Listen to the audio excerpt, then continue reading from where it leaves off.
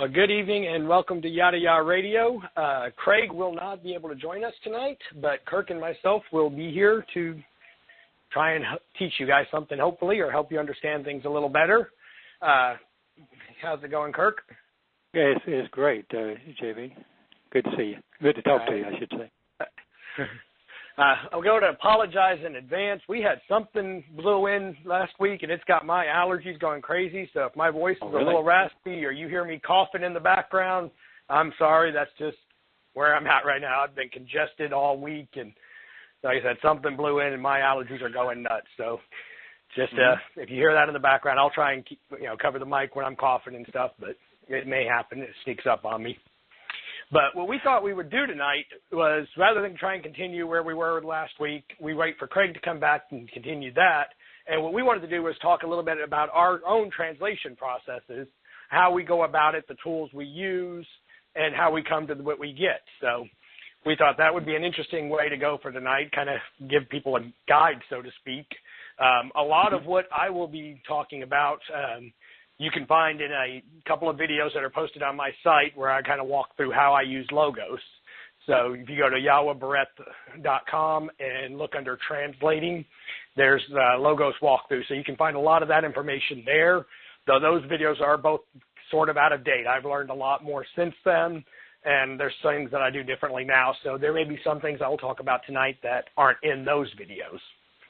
But they're a good source still to get started. I mean, logos is one of those tools, and translating in general is one of those things where the more you do it, the more you learn and the better you get. So what I know now and what I know 5 years ago are two different things, and what I'll know 5 years from now is going to be even more. So that's where we're at with that. So I thought, Kirk, I'd let you take the start of this and kind of walk through what you use, because you don't use logos. You use a lot more freely available tools, which most of the audience has probably got access to, whereas logos can be a bit of a costly investment for some. So why don't you talk about a little bit about how you do yours? 5 years ago, JB, it was the first time I turned on a computer all by myself.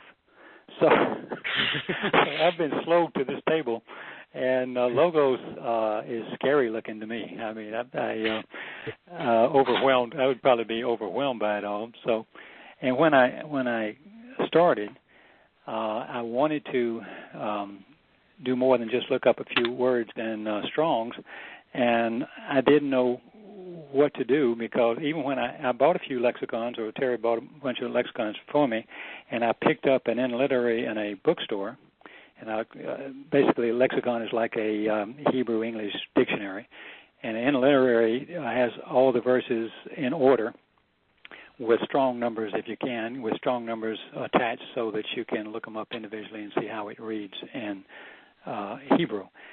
The problem I had, and when I started calling in and talking with Craig and with y'all on the Friday show, is it took me forever, looking up this book, from this book to this book, and putting a Post-it note here and a Post-it note there. So it was a tough way to go. But if you don't need to, you can certainly do it all by hand if you don't need to do it on any particular timeline. But I was trying to figure out a way, so I bravely went in on the computer, and I found some sites that help, and I'll share those with you in a few minutes. But what I wanted to go to first is that when people ask me, and I do get a lot of questions from people, both email and phone, and when I encounter someone that's in the family, we talk about this. And what I do, what I find that was the most helpful before I began to try to translate, or at least look up the words, I had already started out. I had already read Question and Paul, Intro to God, and also Yada Yahweh. So I had a pretty good perspective, or a correct perspective, as I would call it, on what I was looking for, what I was reading, and I kind of could. It's like a whole bunch of crooked sticks laid down in one straight one. You can, once you know that certain things are true, like Yahweh's name instead of Lord, and things of that nature, that shamar does not mean obey or to keep something, and Torah means teaching and things like that. Once you've established those in your mind and looked those up, then the rest of it you can kind of tell when you're being duped or when something is not right. So with that, the more truth you learn, the easier it is to spot the lies. Yeah, very much, and you will get there rather quickly just by reading. Plus, because of the way that CW writes, he always gives you the words in parentheses, as well as the meanings, and most of the time it's an all-encompassing meaning. It may mean a lot of things besides just that one, and you have to pick the right meaning for that in the context of how the word is used. And you'll also find what I find so enjoyable about CW is he will, if it's a question of whether it could easily be this way or that way, or if he's not 100% sure, he'll give you both. And he'll explain why he prefers you one do over that the too. other. Right. Yeah. And especially if I'm not sure. There's sometimes I'm like, yeah, I'm about 80% sure this is what's being said, but I don't want to say that 100%, and it can preclude someone from understanding something that could have been gained from the alternative translation. Mm-hmm. So I'll include both of them. Right, and that's a great habit to get into, and I appreciate that in both of y'all when y'all do that, because then I can explore both and come to my own conclusion as well. So besides a few of the textbooks, or besides rather some of the lexicons that I have, and one online site, I wanted to talk before I get into that just about what I found about the Hebrew language itself. And I was talking to someone today, I was talking to Jackie actually today, and about the difference between a concrete and a philosophical language. And she asked me to explain it a little better. And basically, a modern Western thought, languages like Greek and Latin and on to English, are all philosophical. The Hebrew, the ancient Hebrew, is a concrete language, and that simply means that all the words are rooted in the five senses. They will not say things like love or praise or those type of things, because they are not defined by the five senses like taste, sight, hearing, touch, or smell. And I'll give you an example for praise, which is Allah, or H and an L, a Hey and a Lam. When that first appears about 3,200 years ago, it's written with a person standing with their arms raised. Most of us are familiar with Hey, and a lamb or a shepherd's staff. Now, the parent root, HL, is two L's in praise, the one that's translated praise. God never asked anyone to praise him, by the way, but it is translated that way, and that's a man looking up and beholding, that's the henna, beholding, and a shepherd's staff that is used to guide the sheep or to guide the family. Now, the concept you might ask, well, where is he guiding us? Well, that's down the path along the way, guided by signposts along the way, Zion, and the place we're trying to go is to reach the home. So that's all encompassed in that word, and it's not about praise, it's about looking up, looking towards something, an actual thing, and being guided, that's what the Torah is guiding and teaching. And then back in the old days, of course, the people knew where the North Star was, and they would orient themselves to that for guidance on a journey. Now, the Hebrews, on the other hand, they used more where east was, the sun came up every morning, and they oriented that way. But most of us, or most of the nations of the world, were guided by a thing. But in any case, you're talking about being guided by a light, which I think is a pretty cool metaphor when you think about it, because Yahweh was always talking about light, and he equates himself. Well, and really, you can almost look at the Hey and the Lamed as speaking of instead of praise, it's recognizing his ability to guide and lead. Yeah. That's not praise. That's just recognizing something. No, recognizing not that at all. he has the ability to lead us and guide us, and acknowledging that. But if you're an English king or a preacher with a big ego, praise is you've got an agenda. You got an agenda, and those are the type of things you have to kind of look for when you're looking up these words and saying, well, why do they say that? Because every lexicon you go to, and tell me if I'm wrong, JB, but every lexicon you go to is primarily produced for a Christian audience or a rabbinical audience or Catholic. That's Christian too, but I mean a different slant there as well. Yeah. So they're going to exploit what they want you to hear, and the first thing on the list is going to be the one they use, like obey or praise or worship or prayer. Well, and all of those lexicons are put out by the same publishers that put out the English translations. So it's in their best interest for the lexicon to reflect the translation. If the translation says praise and their lexicon never says praise, people are going to question it. So they have to include however they translated it. Yeah. But you're allowed, you have a brain, you have an asama, and you can say, now, wait a minute, I know that's not true. And if you go back as far as you can with what we know about the Hebrew language, we know that that's not a term we'd use because praise would be a philosophical word. And you can say, well, what does that mean? And you'd be right. It's a feel-good thing. It's something cerebral, not associated with any of your five senses. So immediately I would be starting to look for something else to be more accurate on what Yahweh would have said, because he talked in Hebrew and only talked in Hebrew. So that's the language he created. So there's got to be a reason he created for us to communicate with him, and vice versa. He never communicated any other language, so it behooves us to do that.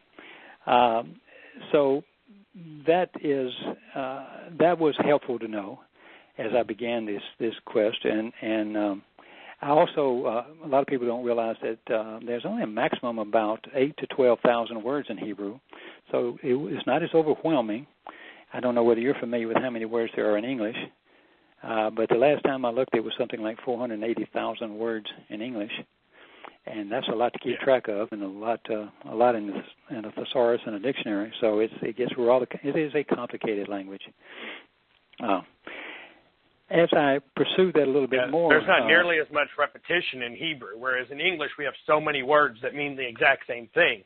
In Hebrew, there are a handful of words that they do have other words that mean the same thing, but they always carry a subtle nuance. And so when you use one or the other, they're not entirely interchangeable. They're not completely synonyms, but they're similar words.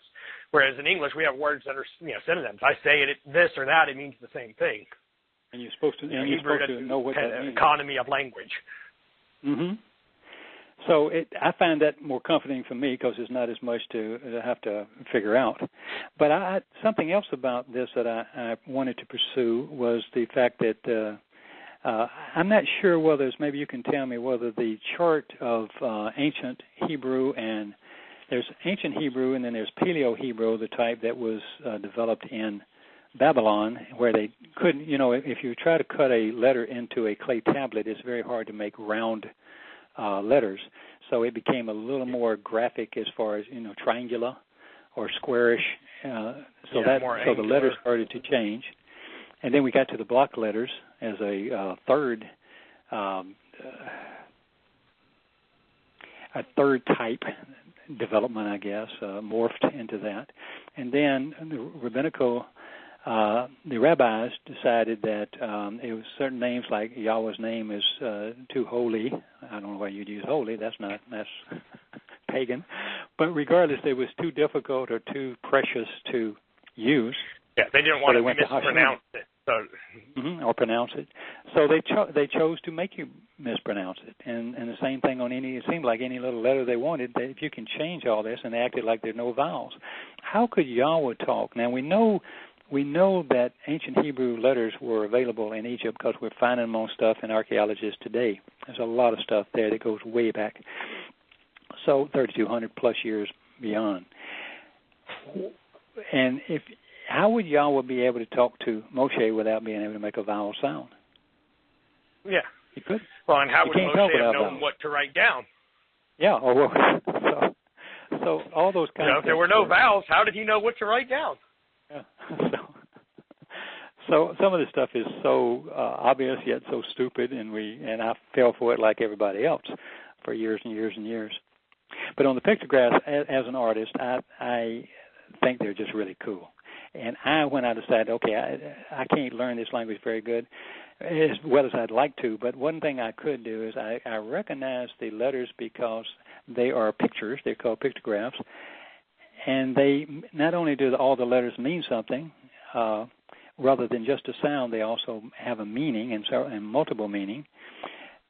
That's conveyed. That's another nuance of information that we get when we convert when we are translating, because you can look at the actual individual letters and see what is conveyed by those, and sometimes it's quite astounding. Sometimes it's simplistic, but it doesn't matter. It's still it's a whole nother level on every little part that you go, whether it's the words, whether it's the grammar, which I'm not good at, but the pictographs and all themselves are. I think it's just cool. I mean, I look at them. That's another layer when I look at a word. And in fact, what you sent me this week that you'll be talking about later, I looked up a few of those as well just to see, like I normally do. But let me share with you what I use, because it's readily available to anyone. Now, I have a few things I want to order, a few more lexicons that you mentioned, JB, on your the word book and so forth, the theological word book and all. And those are terrific. And yeah, that's a very nice one. You do get a lot of religious rubbish in it, but it does a really good job of breaking down the word and the origin of the word and what words were derived from it or what words it was derived from. The theological word book of the Old Testament I found to be a very useful tool. What was the other one? There is a lot of religious rubbish in it.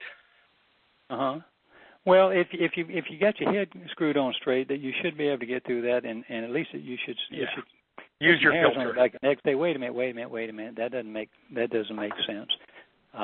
But what I have been using, here was the problem. The biggest problem was that I have also some lexicons that don't have any Strong's numbers. Now I like Strong's numbers because he put a number to every Hebrew word, and if you have it's that the one good thing about Strong's, really. Yeah. And a lot of the other lexicons will key to it. So if you have a strong number, you can look it up in these other lexicons easily. Right. Now, especially if you're on a computer. Yeah. And you just pop on that, and all of a sudden it goes from here to there. I mean, if you get to another site and it has the number, you can look that up, or you can do searches by it and everything. So the problem I had is I could not read this little small print in the interlineary, because it's so many words and it's such little print in there, it just became a nightmare to do. So what I found is a place which I find great irony in is BibleHub.com. Now, BibleHub, if you're not aware of it, BibleHub is a Bible site. It's got the Torah in it. It's got the Westminster Leningrad Codex in it, which is the Masoretic text. And it is if you just use the things that I use, you don't have too much trouble until you have a few odd words that you have to deal with individually. But the beauty of that one is it has, when you say, okay, I'm going to do Psalm 23, and you go to that, you have three options when you go to the site. And I'm going to explain it because I think a lot of people, as first-timers and all that are looking for help, this may be the easiest and it's certainly the least expensive way to go. And I think it's a pretty good site. You go to, when you go to, like say, Psalms 23, on the top of it is going to have a thing called lexicon, and you can hit on that, and it'll have the basic words in a column to that psalm. It'll have the Hebrew word and how to pronounce it, as well as the modern Hebrew writing letters. It'll also tell you what part of speech it is, and it will. And there again, at the I think next to it, it'll tell you what the verbs are, what's related to it. So if it's a noun, it'll tell you where the verb is, so you can click on that verb, because as you'll verify that most all the Hebrew words are defined by their verbal action. Is that correct? Yeah. There are very few, I can't even think of one off the top of my head, where the noun is the root. Usually noun is derived from the verb. Yeah, it's a very active language, like you said, concrete and active. So an action becomes a noun. So, jump became jumper. Yes, one who jumps. So, the action preceded the name, which would make sense in any type of concrete language. Someone did something, they called that name, then it became a noun for someone who does that. Mm-hmm. Even on a site that supposedly is very Christian, if you're just looking at the Masoretic text, you can find out a tremendous source of information there. Next to the little part that says lexicon, there's another one called Hebrew, and what that is this text analysis. You hit on that one, you'll have the same verse come up, and it will have every word, every preposition. I mean, everything that's there will be in the order that is written, and you'll find even more information. So sometimes on the simplistic one, they'll drop a few prepositions or a few conjunctions or something like that. And as you know, like the sheet that you sent me this week, the al is pretty important, or all these different little connective words, or if you don't look those up too, you'll miss them. Yeah. So that's important. But so I start with the first one, and then I go to the second one. And then if I want to read the interlineary completely in the way that it's done, which is a little awkward because the subject the subject sometimes precedes object and backwards to the way we do it. But still, it's there for your examination. And once again, you can look up a tremendous amount of information. What you'll find in there also is that you'll see Strong's lexicon. You'll have the NASB lexicon, the New American Standard lexicon, and then the one that I really like a lot is the Brown's, Drivers, and Briggs. Right. And I know you use that one too, don't you? Yes. So that one is in there, so you can compare those three before you have to go to before I have to go to my hardcover books.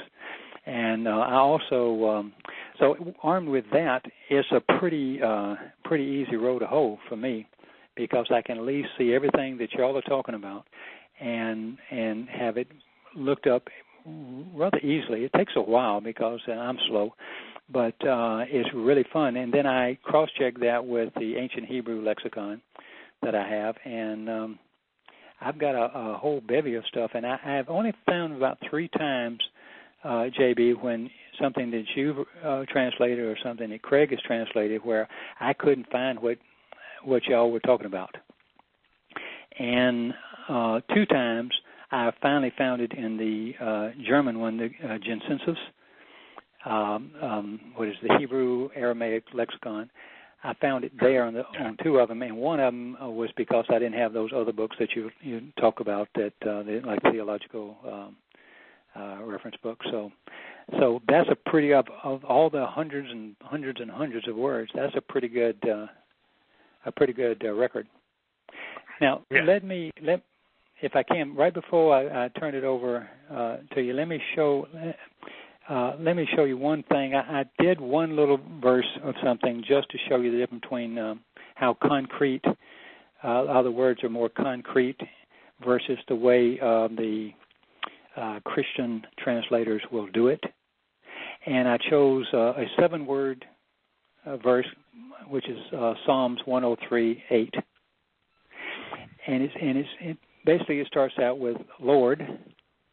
So you look up Lord, the first word, and of course, amazingly, it has in Hebrew, it has Yahowah. Of course, we know is Yahweh. That's how you spell in Hebrew his name. So we know he's not the Lord.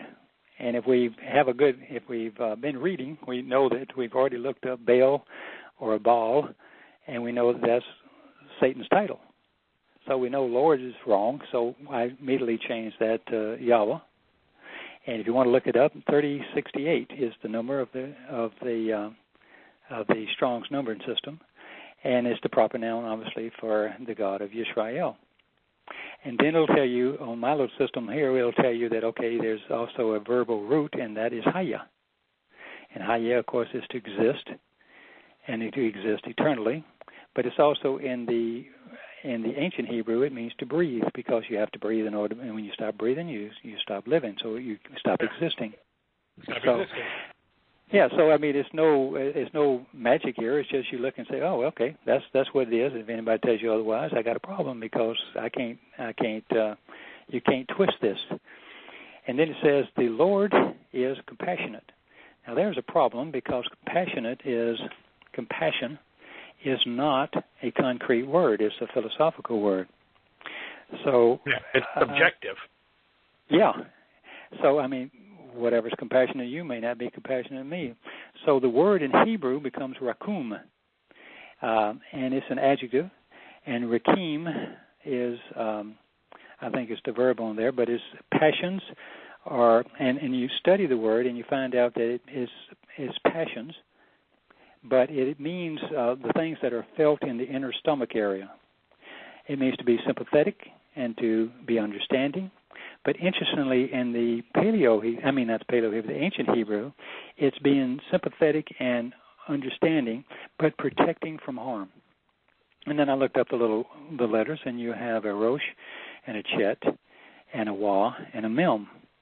And you have man facing the right direction, the correct direction, going from right to left. At the fence, a chet is a fence that protects you. And we're trying to be, as we go towards being enlightened, enlarged, enlightened, increased, and by the set-apart spirit, which is usually referenced in the word M. So you get those little bitty clues in there which help you define those words so that you've got a good handle on what you're reading. And then in the English it goes on and it says the next one is compassionate and gracious. Well, I'm sure you have the same issue I have with that one, because we know that gracious is the English word from a Latin word gratia, which is the three little naughty girls on the three graces. And so that's not it. So you look up that number and you hit on that, and it says kanun, which is an adjective. And you immediately, if you know Yahuwah's name, that means Yah is merciful. And the verb, of course, is kanan, which is to show mercy or to show favor. In addition, it also means protective, to be providing a rescue or a help to one in distress.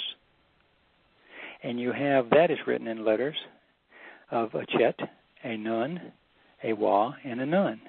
Now the chet is always a fence that separates. We're being kodeshed, we're being separated from danger, we're being set apart from the world to Yahweh.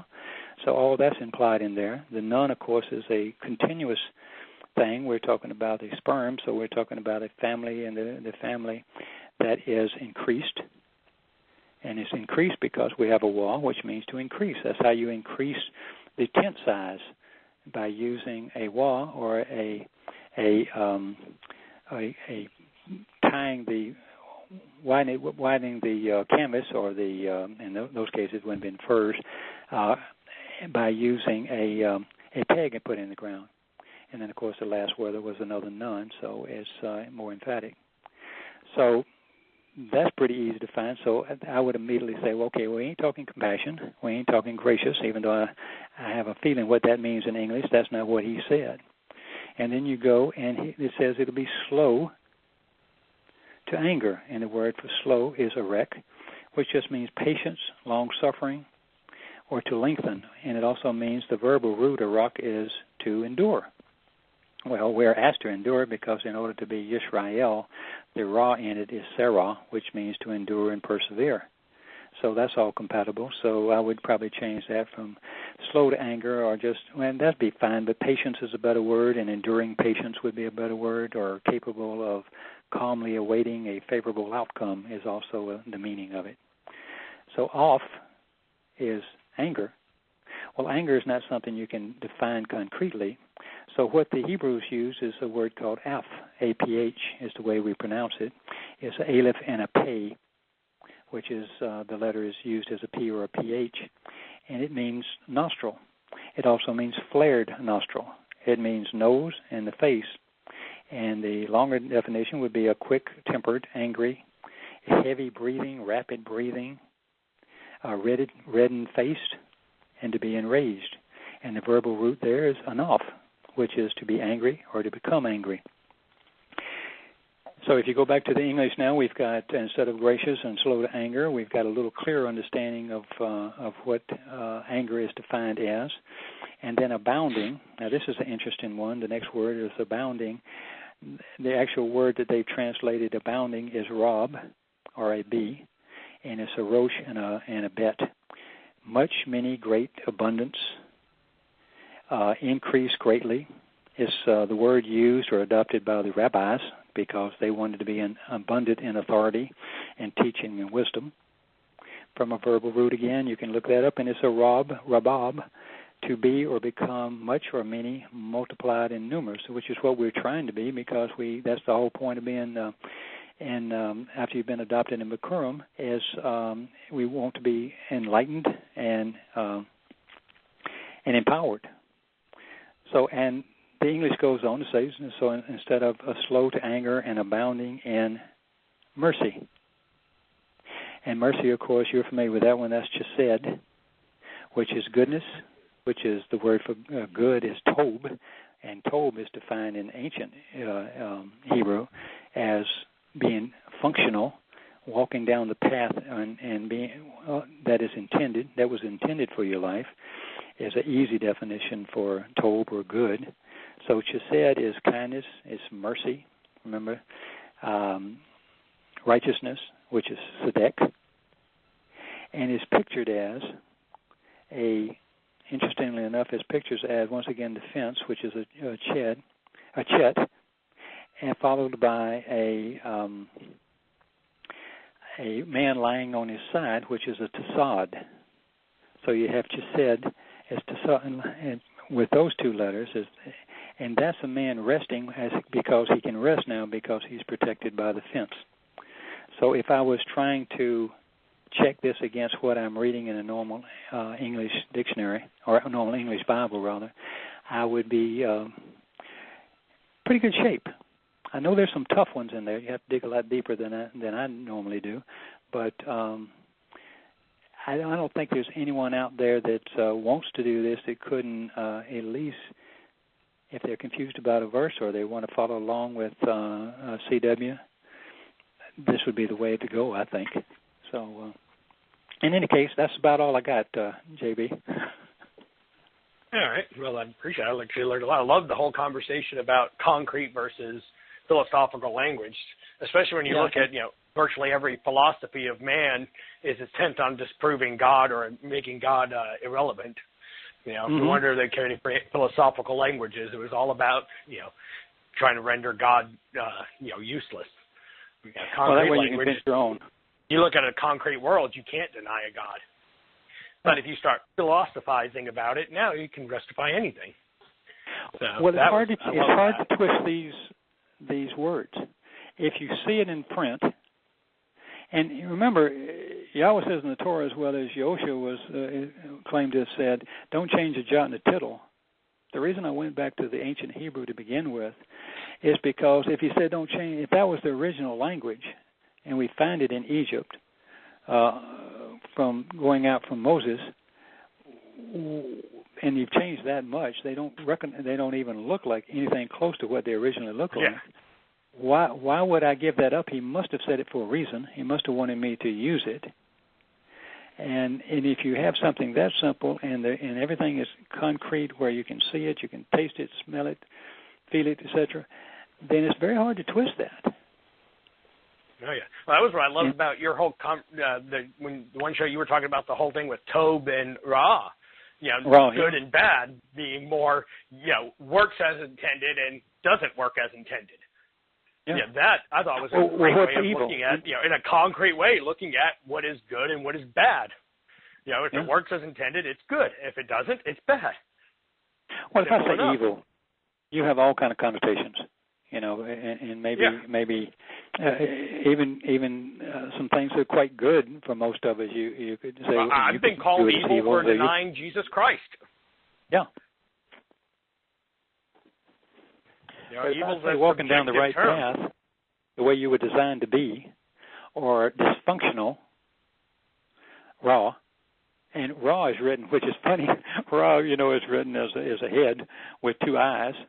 That's man's perspective. Tob is an upright pole. So going towards a house, to be. So when you look at it that way, he's giving you every clue in the world to help you. I mean, I don't know what do you need. Obviously, I needed the Shamar Torah a lot earlier in my life when my head was that's the thing.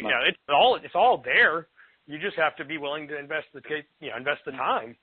I find the ultimate irony to be, every single source we use for all of our translations and everything we do are Christian sources. Mm-hmm. Logos Software, Faith Life is the company. Bible Hub is a Christian-based company. Or the irony there. It's all religious, but you can use their tools to easily disprove it. Yeah. So I find that I love irony. The funny thing about Bible Hub, you know whose site that is? No. That's Craig's old buddy. Oh, that's Falwell? Jerry Falwell's site. That was Jerry Falwell's group.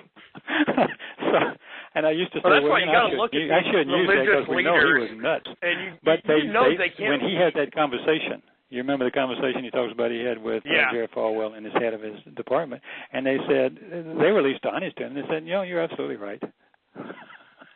But we're not going to change it. They won't send money. That is so, I laugh at it. It's sickeningly funny to me. I go, my gosh, people, are you... there was a discussion last week in the chat room about, the population of hell versus the population of heaven in the end. I'm like, we don't really know, but someone said they thought it would be comparable. There'd be about as many people in hell. I think hell's going to be way outnumber the number of people in heaven, because you look at all the religious leaders. And to me, to be worthy of hell, you have to have knowingly and actively engaged in leading people away. And that covers every religious leader. That's every pope. You don't rise to that level. Yeah, because, they go through all sorts of schooling. They have access to all sorts of material. You don't get to that level without having had the opportunity to learn that you're wrong. And even if you don't know that you're wrong, you're presenting yourself as a leader. When you don't know you're wrong, but you don't know you're right, that makes you, that almost would be worse, to present yourself as a leader when you don't know. Yeah, how dare you? So, every religious leader is going to be in hell, I think. They know. They have access to this material. They know. There is no way they cannot know. They're putting out the material that we're using to show them they're wrong. So, there's no way. I even think, maybe your average small-town pastor who's, just the only guy there that went to college, though they put him as a pastor, maybe he doesn't know. He didn't spend the time. I don't know. But, when you get into these mega churches and, all of that, they know. They've had access to it, knowledge if they want to do it. Their conscience may not allow them to go there because it'll just tear them up, so they just wash over it. But the people around them, there's somebody there that knows. People around Billy Graham knew. He hired scholars to write his books. They knew. And so they just like the Bible. One of the most eye-opening reads I had was, it's a great book, and I would recommend it for any, interested, is Philip Comfort's Encountering the Manuscripts. It is the greatest argument for why you should not trust the Greek text. He goes through and meticulously shows you how these texts were altered, how there was no belief that they were scripture, and how they were, felt free to change them. It shows you all this stuff and why you shouldn't trust it, and then ends with, they're 100% inspired by God. Your book convinced me of the complete opposite of what you were trying to tell me. Yeah. There's no way he actually believes that, but he knows that his book will not sell if he does not present that. And so now he can claim that. Christians can claim that, he did all this research and he concluded this. And so, it's a circle jerk, to use the term. Yeah, but like I said, that's a great book. You will come to a conclusion that the Greek texts are not reliable at all. There's no other conclusion you can draw from that book. How he doesn't draw that conclusion, it's willful. Well, let me, as a fellow traveler trying to figure out some of this stuff, when you're reading these things, most of my sources will tell me this is a verb or this is an adjective or something like that. But and I have my Hebrew charts where I've taken out of my how to speak Hebrew grammatical sections. This is the hipple or the hopple or whatever. On your program, when you're doing this and on Logos, does it tell you that this is written in the Hippostem, or is that in that, or do you go to a different source to find that? No, I use my primary source for the translations is the Anderson Forbes Analyzed Text, and what it is basically it's the Masoretic, but they've went through and analyzed the words and put in okay, it's a verb or it's an adjective in this form. It's in it has this stem or this conjugation.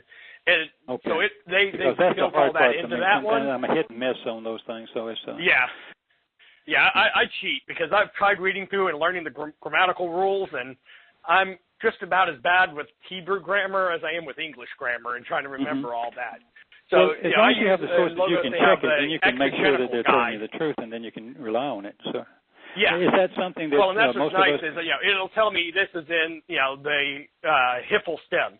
Well, I can click on this book, and it'll tell me what the Hiffle stem means, and then I can look at this book, and it tells me how to tell whether something, it's in the Hiffle stem if the middle letter is doubled. I'm not sure if that's exactly right for the Hiffle, but that's one of them. Like, the middle letter of the word gets doubled. That means it's in this stem. Or, it's got this tagged onto the end. That means it's in the jussive. So, I've got one book that'll tell me, how to check that, and another book that tells me what it means. Can you buy those separately, either in hardcover or on a disc or something? And do you how do we get a hold of that? Or do we have to be in Logos? Sure. I know there are certain books in my library that are only Logos available. The Dictionary of Biblical Languages, for example, is a Logos only product. I think in hardcover. I think that's available they have that in hardcover. I know at one point I had looked and they didn't have that one. But I know most of them are, like the Brown Driver Briggs I use, Gaius Hebrew Aramaic Lexicon, Theological Word Book of the Old Testament, and I'm pretty sure most of the grammars I use, I'm trying to think of names now, Justinius, Hebrew Syntax is one of them. And there's a list of them on my site, the books I use most commonly. I think most all, if not all, are available in hardcover, some of them at very high prices. I know at one point I looked for like the Theological Word Book of the Old Testament, and a hardcover copy was going to be like $150 or something. Wow. But I mean, I even paid, I think for that one, I paid like $55 on Logos for it. Yeah.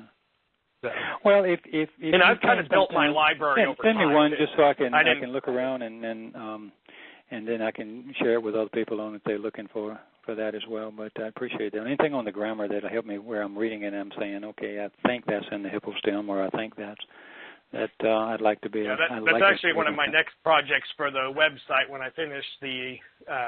Well, it was originally supposed to be about a 20, 30 page article on circumcision, and at this point I'm at 168 pages, and I'm maybe halfway through.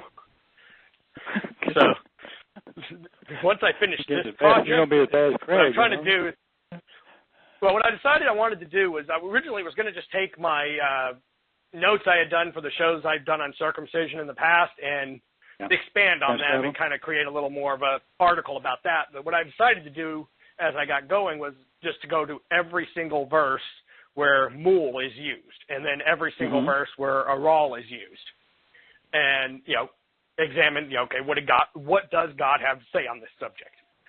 And so that's what I've been doing, and I'm almost through. I'm in the last passage right now with mul, and then I'll go back and do a ral.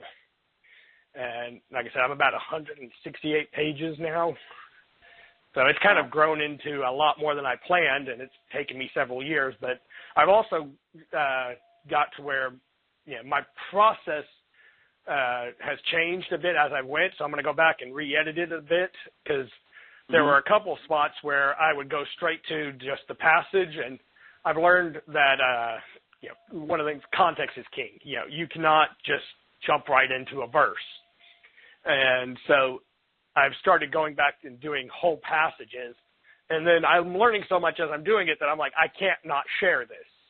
So a lot of what's in this article is going to be way more than just about circumcision. It's about anything and everything I learned while covering these passages. Yeah. So, but then after that, I do want to write up an article on Hebrew grammar I got a cheat, Craig shared his little cheat sheet he used to keep on hand. I'll put that up on the site, but I want to expand on that and get more in depth. So that's going to be on the projects for the future. Yeah. That was actually where I was kind of wanting to start was before I even got into my translation process, kind of talk a little bit about how my process has changed. So, well, the floor is yours. Go ahead. We'll just all right. So I originally started translating, it's probably been 10, 12 years now. I'm not sure even. I can't remember when it was, but it was before Questioning Paul or Introduction to God. And so the only thing I had was, Yada Yahweh, and I've been reading through that and listening to at the time there were the audio version. So this was the very first draft of Yada Yahweh. And I was learning all this stuff, and I'm like, okay, this is really interesting. This makes total sense, but how do I know that he's right? And so we just gotten married, so I was a lot younger. We didn't have a kid. We didn't have a house. We were living in a little one-bedroom apartment, so we had a little more disposable income back then, and so I talked my wife into letting me buy logos because that was what Craig was using, and so I'm like, okay, use these sources, and it seemed like a good idea. And I think the original package I got was about $450. They don't offer it anymore, sadly, but so that was my initial investment into it. And what I started off doing was rather than trying to jump in and figure out how to translate, I watched several YouTube videos just on how Logos works and what parts of it, what's in it. And what I found was the exegetical guide is the most resourceful thing in there. And not to be a marketing campaign for them, but they just, Logos describes their product as it's like having a research assistant at your fingertips. And that's really what it is. You could do all of it with a book, but it's going to take a lot more time. You're going to have to go find, the passage, flip through this book here, flip through this book here, whereas it just kind of puts it all at my fingertips. So, I do in the exegetical guide, I put in the verse, it brings it up word by word breakdown, tells me what the part of speech is, what the tense is, all of that. But back then, I didn't know anything about the grammar stuff. I wasn't even looking at that. I was just looking at the words. And so I kind of familiarized myself with Logos, and then I was like, okay, let's start checking Craig's translations. So I didn't even try translating anything on my own. I just would open up, and pick out a verse from his, and I would go step by step through it and go, okay, how did he get this? Is he right? And more often than not, it was, right away. I'm like, oh, no, duh, there's that. Every now and then I'd come to something, and I'm like, okay, wait, how do you get this one? And then I dig a little deeper, and like, okay, there's where he's getting that from because, he's not looking at, when I click on it, so I take a word and I click on Dictionary of Biblical Languages, it brings me up to what the Masoretic text says is the word. Well, if I scroll up or down, usually you'll see 2 or 3 other definitions, and they're the same root word. So in the original Hebrew, it could have been any of those, and the Masoretes pointed it one way. So you'd look and go, okay, well, there's how he got that. He used this version of that word instead of that, and it makes more sense in the context. So I learned and familiarized myself with Logos through that. And then I got the idea to compile everything he had done in order into a document, and then wanted to go through and fill in the gaps. And so I started with Genesis and, had what he had. And so if he was missing a verse or 5 verses, I would translate those verses and put it into the context of his. And I did that for a while and got to be where I was having so much fun doing it and enjoying it. And I was like, and he had been modifying his translations because he had learned. So I'm like, all right, I'm going to start ignoring his. I'm not going to incorporate them in. I'm just going to translate this all through straight for myself. And so I started translating through, and I think I've made it through about 34 chapters of Genesis.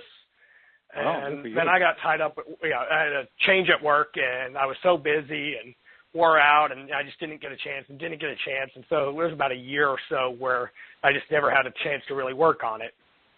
And once I finally did get back into doing things again, I kind of reached the point, I was reaching the point even in there, because if you go on to the side and look at my document, you'll notice there's a lot more footnotes near the end than there was at the beginning.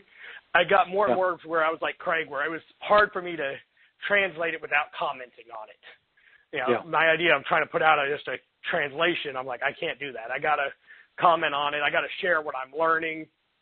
And so I've kind of put that on the back burner, and I just started translating things for myself and, helping other people. Someone would be like, well, what's this mean? What's this mean?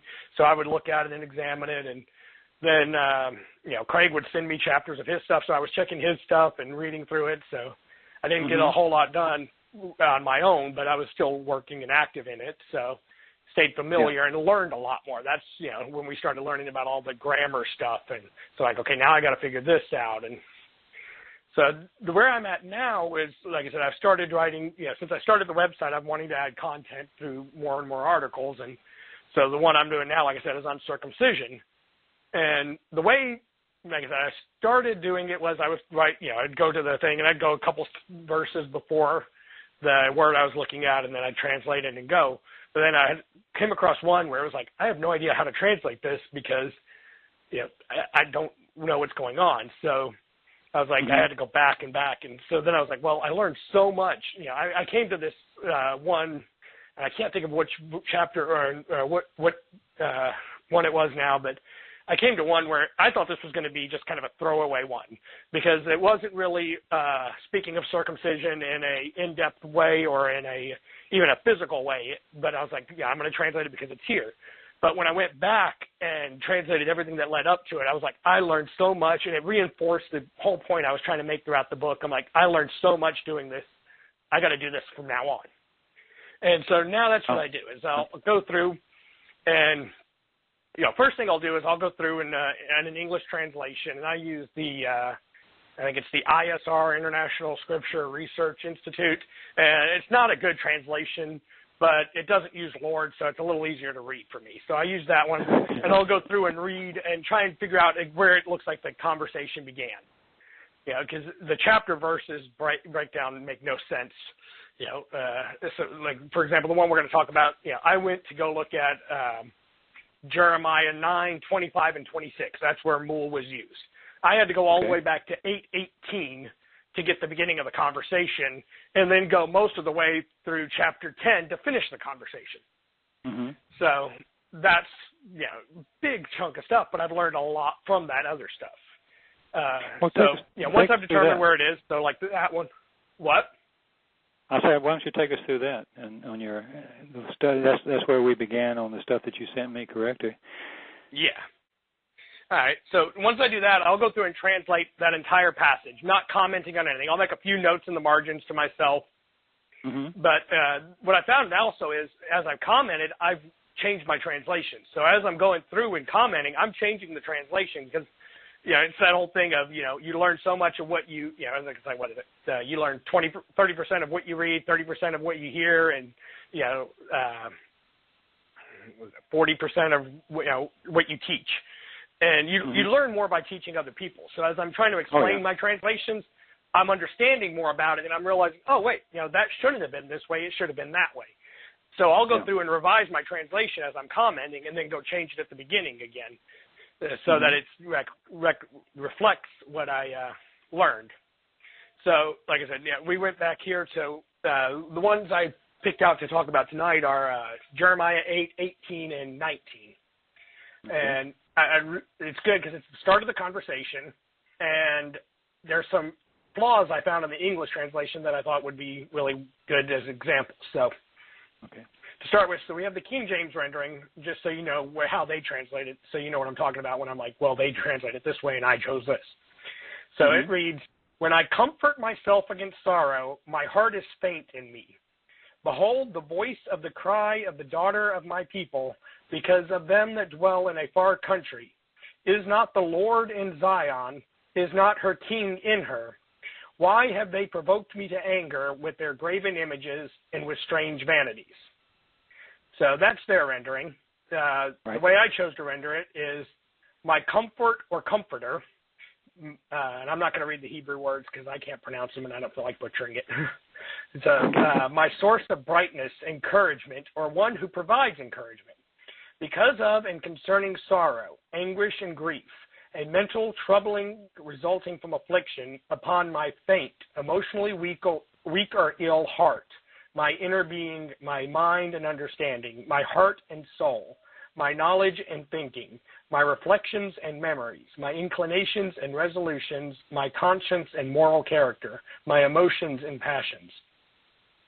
Behold, the voice of the cry for help of the daughters of my people from lands and regions which are distant, far, in a state of alienation. Is Yahweh not existing in Zion? So the first word is mabli gith. And it can mean either comfort or comforter.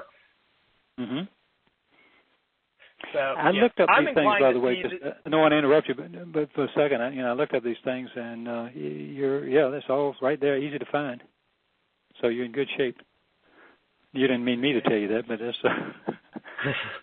I'm always open to being wrong. Yeah.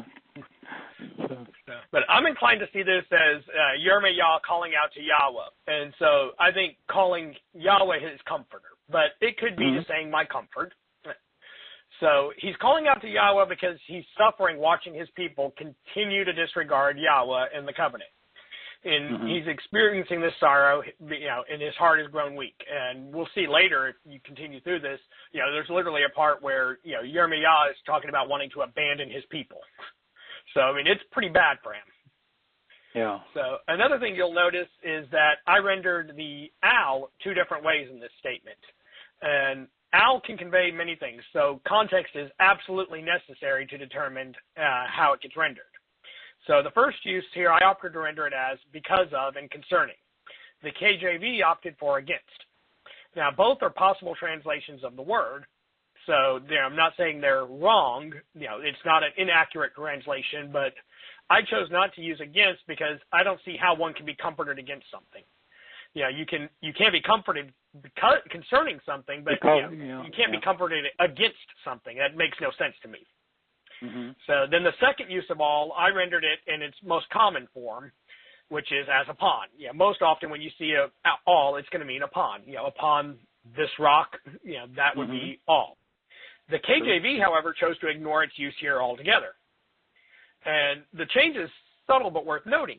By telling us that the sorrow is upon his heart and understanding, the Hebrew view of heart as the inner being, we understand better Yirmiyah's mindset, which, as I said, will be important later when we see him ready to abandon his people. So, it's a subtle difference, but, it's a word that was there, and we shouldn't ignore it.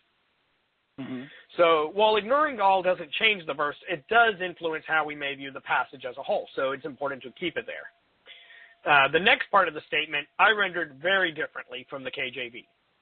I view it as Yahweh responding, and it says, if her king does not exist in her, why do they vex, agitate, stir up, and provoke my heart to a heated condition, which in turn leads to a specific action? Because of those idols and images, those worship icons, graven or carved images, crosses, and statuary. Because of worthless and foreign idols, meaningless, empty, and futile foreign idols. So the first thing you'll notice is, contrary to most of the English translations, I've chosen to render the first part of the statement in Yahweh's voice and not in the voice of those crying for help. The King James rendered it as, is the Lord not in Zion? Is her king not in her? As being spoken by the same person. But they're ignoring the use of a word here again. And in this case, it's im at the beginning of the statement. So they opt to translate the statement as though the ha precedes it instead. So in Hebrew, there's no question mark. There's no punctuation. So to note whether something is a question or not, it's a word at the beginning. Different words are placed at the beginning to indicate questions or interrogatives. So in the previous statement, is Yahweh not in Zion? I'm not going to use Lord. Is Yahweh not in Zion? The ha indicates a binary question. That's a question where there's only a yes or no answer. So it is yes or no. Is Yahweh in Zion? Or is Yahweh not in Zion? So that fits. But the second one used the im. And it's used to indicate a question with a condition. So it's the equivalent of in English asking if. So it would be if her sovereign is not in here. So since there's no dispute that the second part of the statement, which follows, is Yahweh responding, the first part would have to be him as well, because otherwise there's a condition without any follow-through. So you would read, is Yahweh not existing in Zion if her king does not exist in her, period. Well, if her king doesn't exist in her, what? So, they ignore that so they can put it into their mouth and not in Yahweh's. And so, that's a perfect example where just the English translations shouldn't be trusted. That word was put there. It means this. And it changes everything. Now this is in Yahweh's mouth. So if her king does not exist in her, and then it goes on. So rather than Yahweh asking a question, he's making a statement by telling us that their malach, king or sovereign, doesn't exist in her. It's not, he's not asking it because he knows the answer. He's making a statement. His intent was, Yahweh's intent was for him to be the leader, or the malek of Yisrael. Right. So he's answering the cry by stating that he's not with them. What were you going to say? No, I said absolutely right. It's, from the very start, he didn't want a king. Yeah. He wanted to be their leader. And so he's answering them by saying, I'm not with you. And he goes on to tell them exactly why with the second part. That's where the condition comes in. If I'm not there, here's why. So the first part could be summed up as, if you want my help and I'm not with you, why do you ka'as? So this is where we're going to get more into, so far I haven't really delved a lot into my translation process. I've given you the translation. I've explained certain words. But, those were more basic words where, you're pretty much going to go and there's not a whole lot of dispute as to what these words mean. Ka'as, on the other hand, gets a little more in-depth. So I'm going to go into my exact process. I'm going to try and walk you step by step as best I can through my mental process as I was translating this verse. So my first stop is to go to, and Craig's talked about this is my favorite lexicon or dictionary to use, and that's the Dictionary of Biblical Languages with Semitic Domains Hebrew. And like I said, it's a really excellent one. It breaks things down very well. It gives you many definitions, and it's just a really good resource in my opinion. So when I open that up, the first thing I find is to be angry, be vexed, be incensed, i.e. be in a state of strong displeasure. Anger, provoke to anger or distress. Note the provocation can be verbal or action-oriented. So that's the definition in that it takes me to when I click on the link. So then I look above and below the words to see if there are any other words with the same root letters. Because remember, there were no vowel pointings in the original text. So this word, if it has the same root letters, it was the same word and could have been there. And so I find that as a noun, this was the verbal forms, but as a noun it means sorrow, grief, a feeling of anxiety and sadness in a distressing situation. Anger, fury, i.e. having strong feelings of displeasure and annoyance based on a wrong, real or perceived. To taunt, a speaking of words of scorn, implying anger toward object of scorn with a focus on eliciting a response by the mocking. Provocation, to cause another to be angry by an action. So, what I'm looking for here is not necessarily to get, okay, what's this word mean, dictionary definition. What I'm trying to do is gain a better understanding of what the word means so that I can try and figure out how to best convey it in English. I don't want to just take their words and put it there. I want to figure out, what is the root of this word? I understand as much as I can about the word. And then I can translate it, because language is a tool. Language is a tool to communicate a message. The better I understand the Hebrew word, the better I will be able to translate it into English or convey it into English. So I'm beginning to get a picture of the word at this point and what it's conveying. So, but I always want to dig a little deeper. So my next stop is usually to go to the theological word book of the Old Testament. And there I find that it means be vexed, indignant, angry, wroth, be grieved, provoke to anger or wrath. And with its derivatives being, this is going to be, you'll have to bear with me because I'm reading the definitions directly out of it for you so you have that, because I don't want to just tell you what I got from it. The whole idea was I want you to see what I go through. So the root meaning of ka'as is to vex, agitate, stir up, or provoke the heart to a heated condition, which in turn leads to specific actions. This term, as well as the synonyms for anger and wrath, op, hema, kasap, and arba, see discussions for synonyms at kasap, are used anthropomorphically and anthropopathically of God. They refer to God's inner self as vexed and provoked by rebellion or sin. The term, when applied to God, implies that man can affect the very heart of God so as to cause him heat, pain, or grief to various degrees of intensity.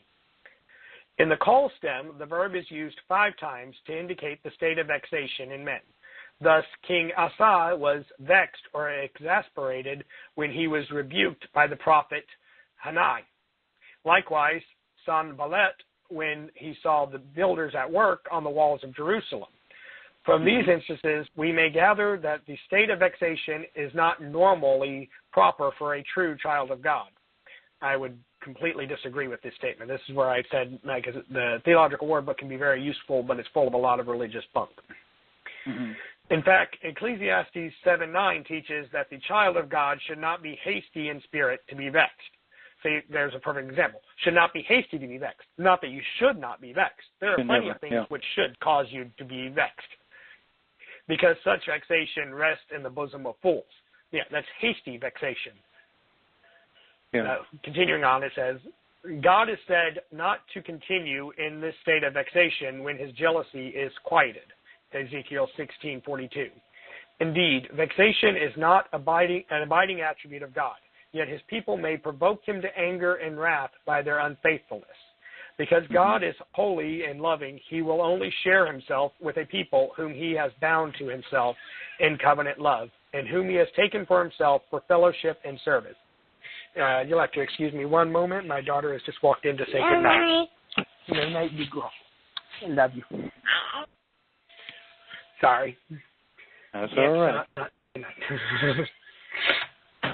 yeah, let's see, where was I? You were because God is holy and love, you will, about there, somewhere in there. Holiness and jealous love is provoked to anger and wrath against them. Thus, he may be deeply vexed, agitated, pained, or grieved by disobedient Israel. This is the general burden of the 45 passages in the Old Testament in which the hiphil stem of the verb is used. Example, Moses warned the Israelites that if their descendants, having been in the Promised Land, corrupt themselves by making graven images in any form, that, and I'm going to replace Lord here, Yahweh will be deeply vexed at them. He calls heaven and earth to witness that God in his vexation will make them to utterly perish from off the earth, in Deuteronomy 4:25. And here's a good example of why I like to come to the theological word book. I ended up, when I got to commenting on this verse, I went back and translated that entire passage of Deuteronomy because of this reference, because that's literally what I'm reading here is the fulfillment of that prophecy. So I went back and examined that one, and I learned, that's where I find this useful, is it points out other uses of the word, and you can see where it was used in a similar way, so you can use it to make connections. So moving on. Moses speaks also of his fear of God. We know that's not true, but when God has been aroused to highly vexed state in Deuteronomy, in Deuteronomy 9:1-8. And when God has been continuously and deeply provoked, vexed, grieved, much is required to quiet the heart of God. Example, King Manasseh provoked God so deeply by his pervasive involvement in idolatry, Kings 21:1-26, that when Josiah attempts reforms, Yahweh was not appeased. Judgment had to fall upon Judah, 2 Kings 23:26, a judgment which destroyed many of the people and removed the nation from the promised land. This judgment, in keeping with God's justice, is not contrary to divine love. Rather, it is an expression of divine love which has been offered, rejected, and deeply grieved. Divine love suffers long. It also defends itself and removes the object of its vexation and sorrow. Now, there's an excellent example. That I would completely agree with them. So that's what as you're reading that, it seems to me that the thing that is very obvious and it repeats over and over and over throughout the Torah is Yah is if you want to grieve him, all you got to do is get involved in religion and politics and idol worship. Oh, yeah. When you substitute him. Straight off. Yeah. I mean, this is a marvelous detail, but I mean, the bottom thing is when you stop trusting him and you start to trust in these other things, he just doesn't understand you. What's wrong with you? Yeah. You want to anger God, get involved in religion. That's straight way. And that's exactly what we'll see in this whole passage in Jeremiah if we made it through all of it.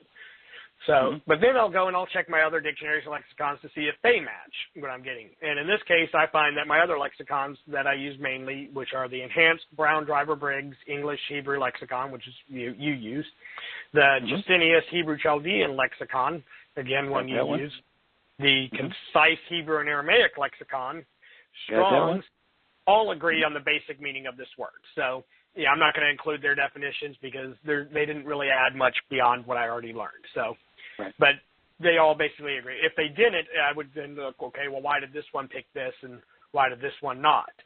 And usually it's, not they're minor differences. And, some of them, what I hate to see is you'll see where it's like, oh, well, we chose this definition because the similar word in Arabic. Well, Arabic came after Hebrew, so I'm not going to base my understanding. No, they'll actually use Arabic. Arabic, wow. Yeah. Yeah, I've seen a couple where it's like, well, because a similar word in Arabic means this, so we use that. And I'm like, no. Yeah, Arabic came after. I'm not going to use Arabic to understand Hebrew.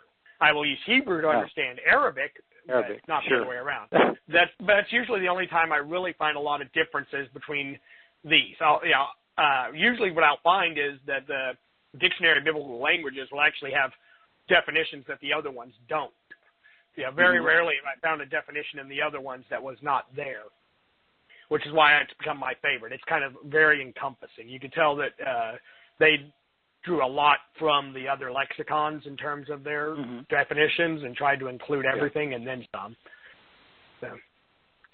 So after going through all that, we know now that ka'as speaks of provoking anger, of agitating and stirring up anger in someone.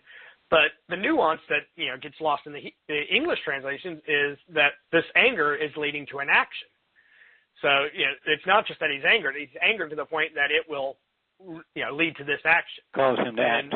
That's and that's what's important is and that's a nuance that gets completely lost. So you have to examine it for that. So next I'll examine the stems, moods, and tenses, if any, applied.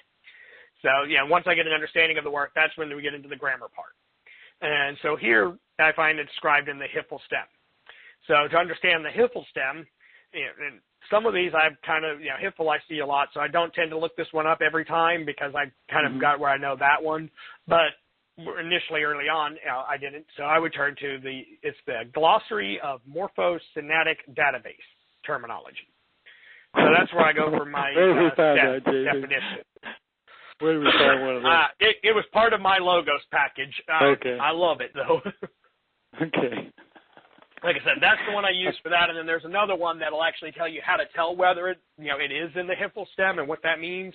Yeah, I didn't include that in this study, but if you look on my site, again, I list all the books in there that I use. Oh, do you? So. Okay, good.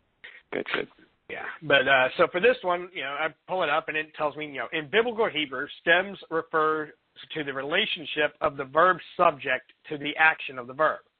That is, the stem conveys grammatical voice relationships.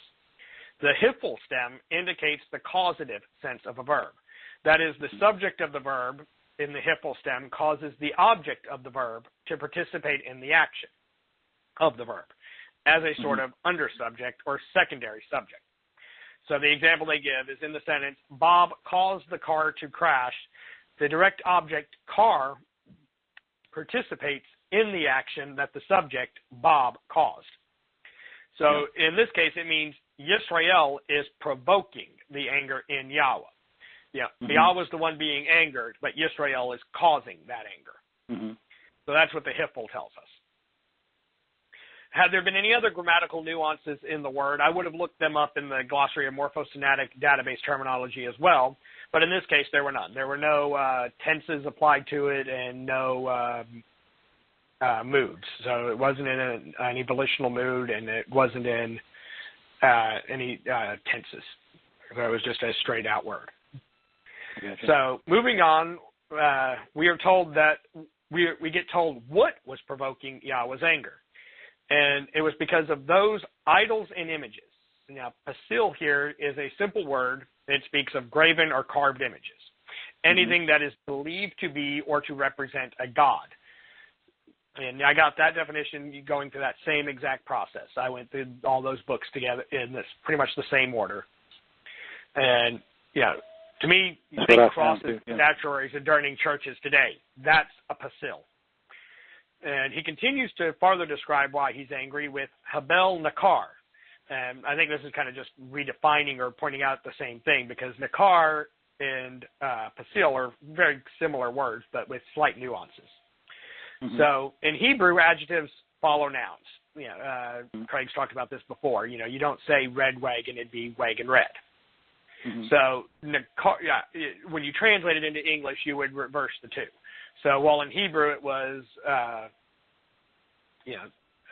Nakar, Habel Nakar, in English we would render it as Nakar Habel. And so Nakar is an adjective modifying Habel. And Nakar is a simple word. It speaks of that which is foreign. The DBL defines it as a foreign. Go ahead. No, I didn't find that right away. I had to dig a little deeper to find that it was called as foreign gods.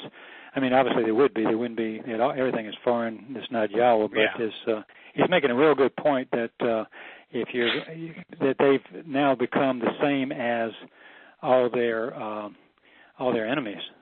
They've adopted all their gods. I mean, we know this. I mean, it's mentioned all the time, but I mean, it's being very, very clear here. You went over there and became like them, stole their gods, and now you're making your own statues and your own sculptures and your own things to worship. So, but there are several points where Yahweh refers to Yisrael as Goyim, which if you're Yisrael is pretty much the most damning thing he can say to you.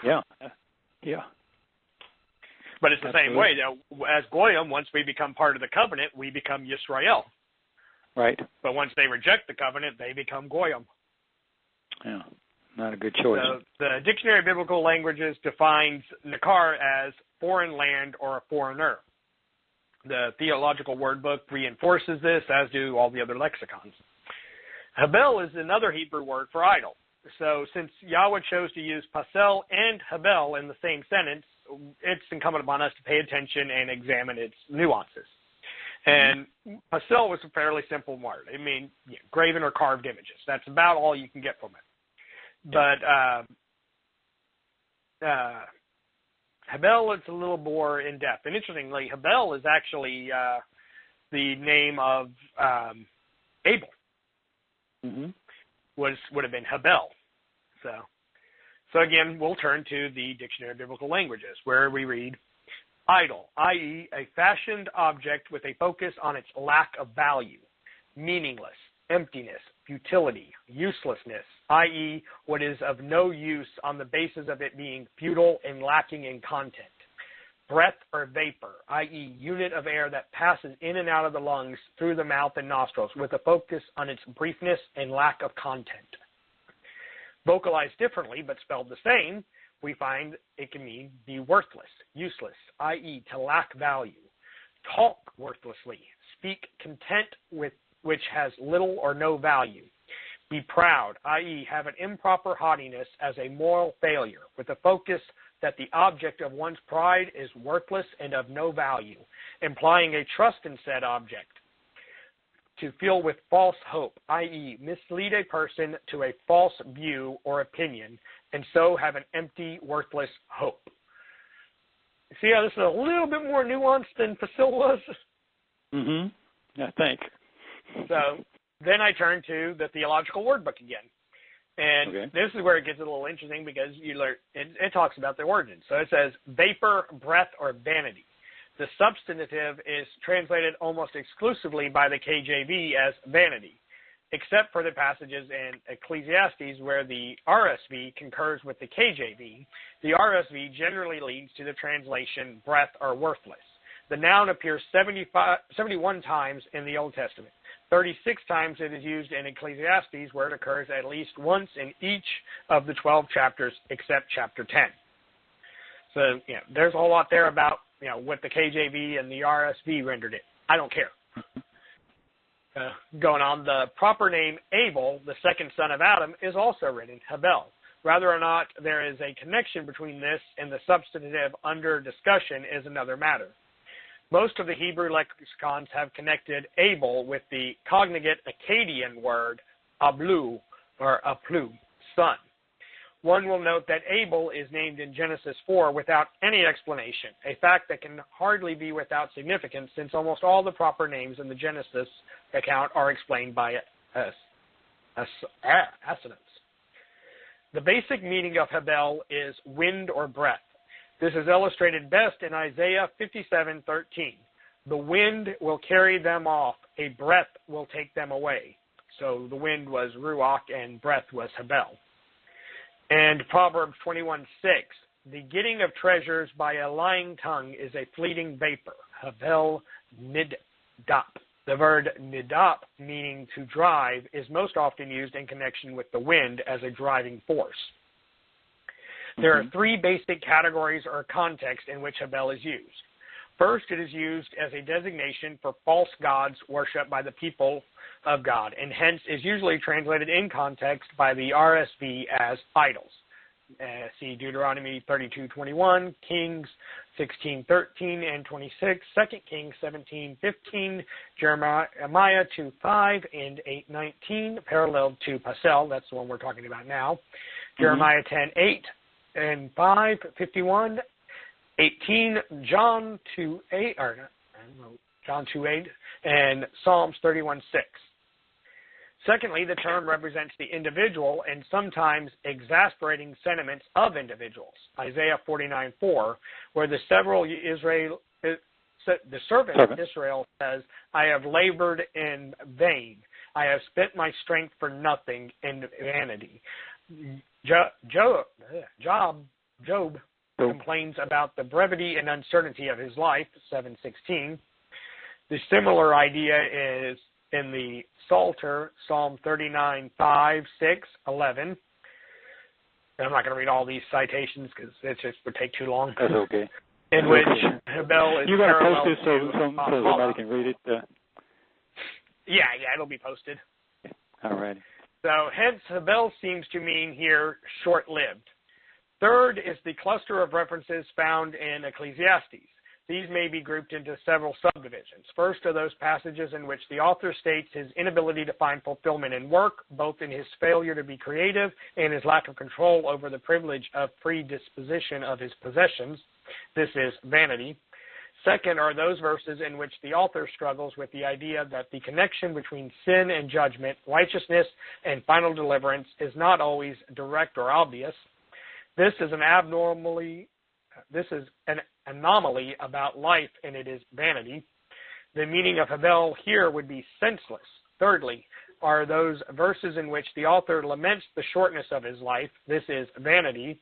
Life is in its quality is empty or vacuous, and thus unsubstantial, and the quantity is transitory.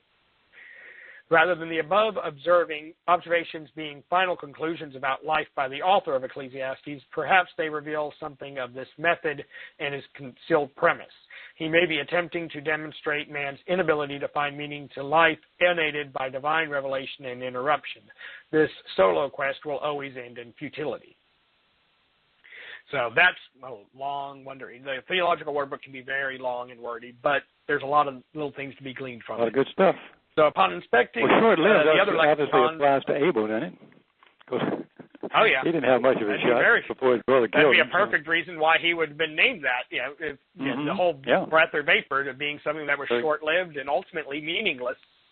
Yeah, and that describes most lives. Yeah. So upon inspection of the other lexicons, they all concur with the vapor breath definition as well as enforcing the fleeting nature of the word. So it speaks of idols as being worthless, meaningless, and empty. Habel and Nakar combined tells us that these idols were adopted from foreign people and that they are worthless to us and provide false hope.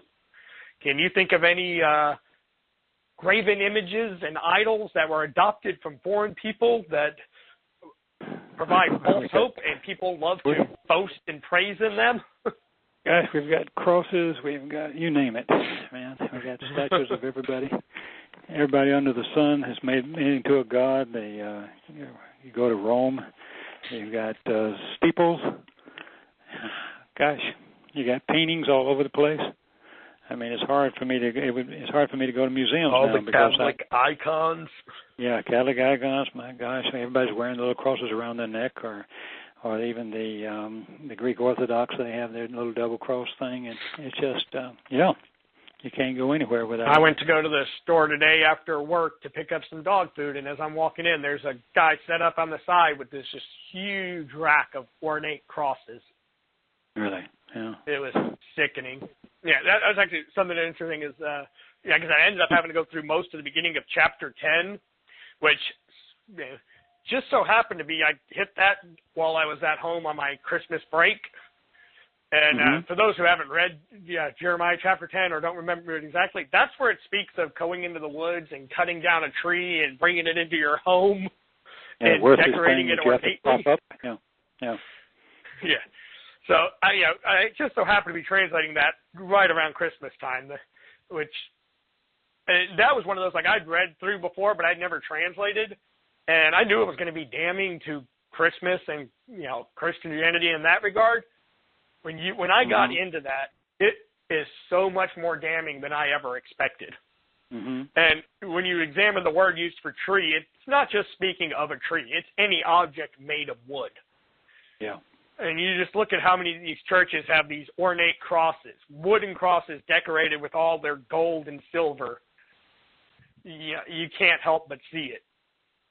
Or, and as you go through the whole section I do here in, there was Jeremiah 4, I went through a whole section, and it kept bringing up, and if you read it in English, it's speaking of trees and mountains. Well, in Hebrew, it was, the word for tree was preceded with the definite article ha. So it was the tree, and it wasn't mountains, it was rock, and it was the rock. Well, can you think of a religion that has a wooden icon as its symbol and a religion that has a rock at its core? Islam, yeah. Oh, yeah. And so I was going through that. I'm like, I mean, there's just so much in that. And like I said, the English, they completely ignore the definite article on those words and thus make it into an almost nonsensical statement. Whereas when you examine it as a single, a specific thing, you get a whole nuance to it and you understand something now. Now, when you go through stuff like this and you get the overall gestalt of what he's saying, don't you just get angry sometimes? And they have to purposely do this. You're not a scholar. You're a heck of a lot better at this than I am, but I'm not. I can figure out most of this stuff on what is really being said, and you build a heck of a case just in this 9 pages stuff is amazing. Why can't they? So it's got to be purposeful. I almost think there's some of them I've come across where I'm like, I literally think it's laziness. Because, there's a lot of times where I'll come across where a word isn't used. And trying to figure out, once you use that word, it starts not making sense. So I have to spend a lot of time trying to figure out exactly what's being said.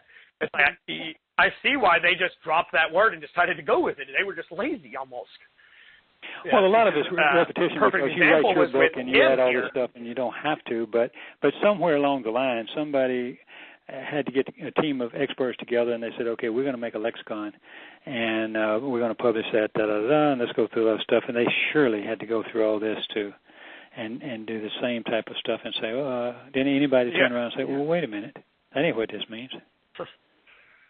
And apparently not, or they must not have a conscience at all.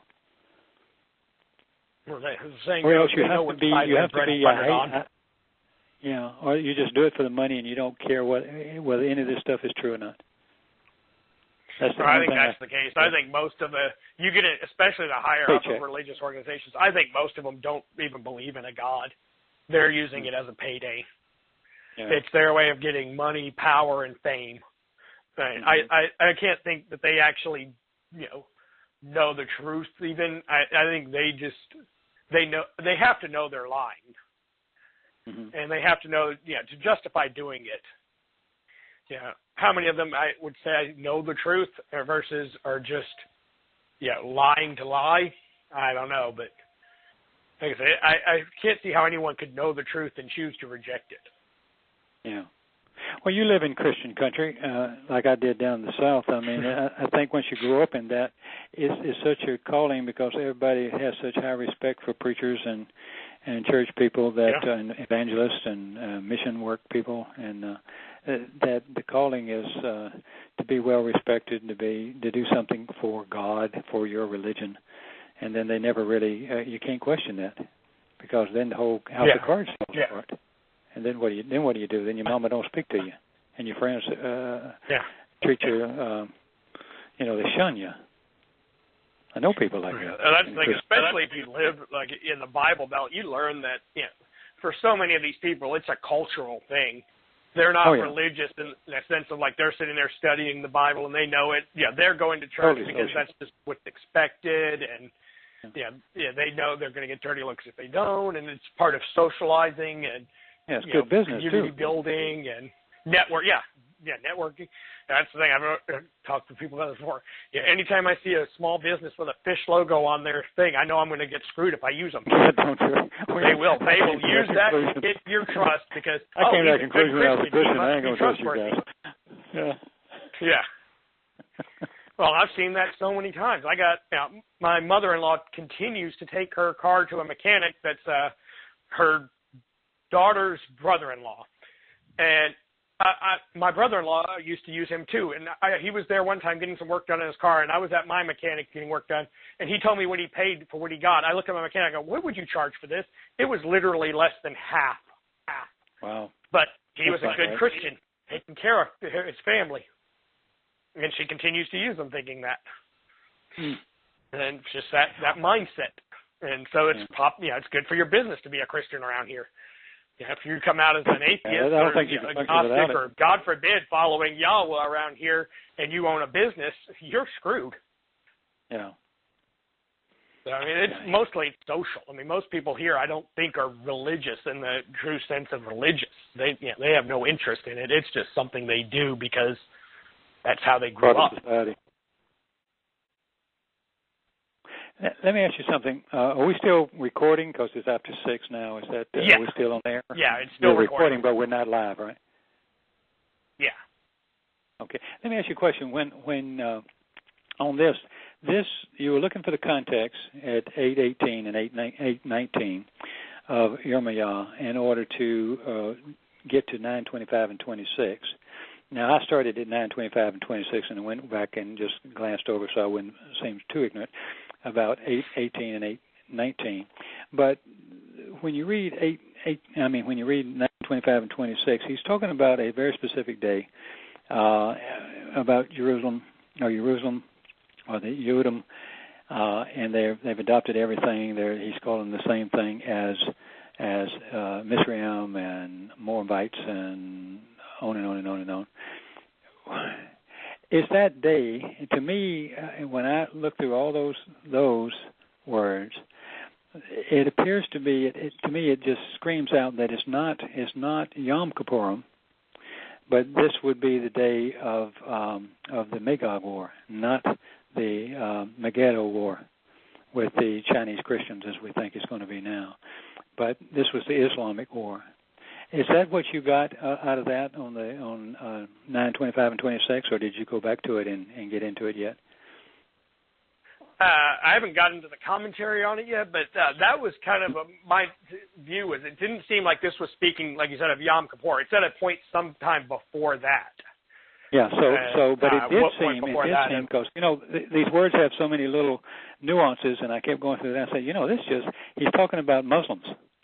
And he's talking about, and he lists them all, and you go back to them, and this is Ishmael's children, this is Esau's children, this is Lot's children, and those are all Islamic nations now, Islamic descendants, and they're going to get wiped out at the first one, the first World War III, as we like to call it, but on the Magog War. So that's not the same as the Chinese or Asian invaders that come in that are, as we think they're not going to be. They're going to be predominantly Christian oriented, or Christian motivated. with the growth of Christianity in China. But I was kind of leaning toward that, so I'd be interested to see when you get into a little bit if you agree, because it just seems to cry out to me that that's the Magog War that he's referring to. Yeah. I can definitely see that. Like I said, it definitely doesn't seem to be indicating the Yom Kippur. The final act. No. So, yeah. I didn't think so either. Okay. But every time you see a Yom and you're in prophecy, and we're talking about some mass destruction, you're either talking about something that we know about through the Torah that's already been written up, or the future events. That seems to be the biggies. So, just curious. Yeah, and it's definitely not a past event. So. Mm-hmm. Well, I'm impressed with your stuff. That's good, man.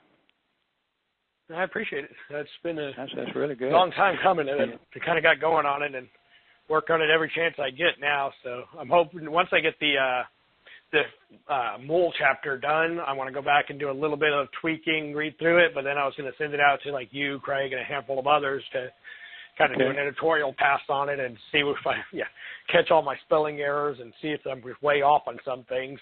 And then I was going to publish that out on the website before, I don't want to wait till the whole book's done because I don't know how long it's going to take me to do the next part. But I actually want to have 3 parts to it. I want to have a whole section on Mule, a whole section on Aral, and then I got my brother-in-law, who's a doctor, is going to help me do a whole section on the medical aspect of circumcision and do a whole little section on that, talking about the medical benefits and realities of it. So. Oh, the one thing I didn't talk about. I'm a little ambitious on this one. Oh, I'm sorry. Go ahead. I was just saying I got a little ambitious on this one, so I've got a lot planned for it. Well, I look forward to it. When we started our discussion, the one thing I left out, and I assume you use that as well, is I forgot to tell people that one of the good investments is to get the Dead Sea Scrolls Bible as well. So when you're reading the Masoretic text, you can go and see whether it's actually available to them in the Dead Sea Scrolls. So you can tell whether they're improvising. So if you run across something every once in a while in the Masoretic, you find something and you really can't prove it one way or the other, and then you go to the Dead Sea Scrolls and find out it's not, that verse can't even be found beyond the 11th century stuff, so I actually use the physical one I keep with me, and I'll use that to check whether there's a difference.